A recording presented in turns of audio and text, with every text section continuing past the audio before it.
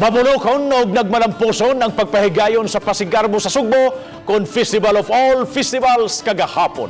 Human sa unom ka tuig subling nabalik kini nga usa ka kalihukan alang sa founding anniversary sa lalawigan.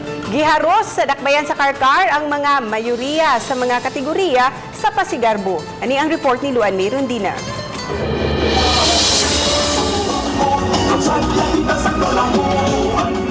Mabulukon og napuno sa kulturanhong kasaulugan ang Pasigarbo sa Sugbo 2019 Festival of Festivals kagahapon.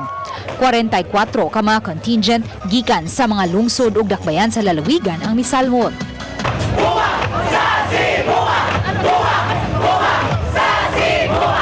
Nagsugod ang street dancing gikan sa provincial capital nga gitapos sa Grand Ritual Showdown sa Cebu City Sports Center.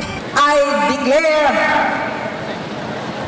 that the Pasigarbo sa Sugbo Festival of Festivals is back!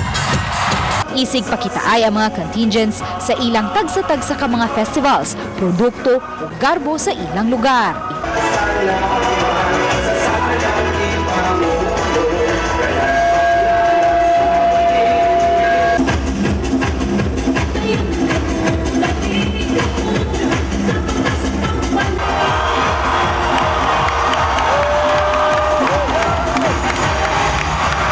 Tambong si Miss Universe Philippines Gazini Ganados sa Dalisay contingent.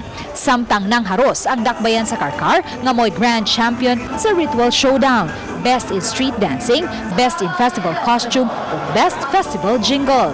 Ikaduha sa Best in Ritual Showdown ang lungsod sa Madre de Dios o gisundan sa dakbayan sa Talisay. Uban ni Lian Sinkulan o Godfrey Relien, Luan May Rondina, Balitang Bisdak.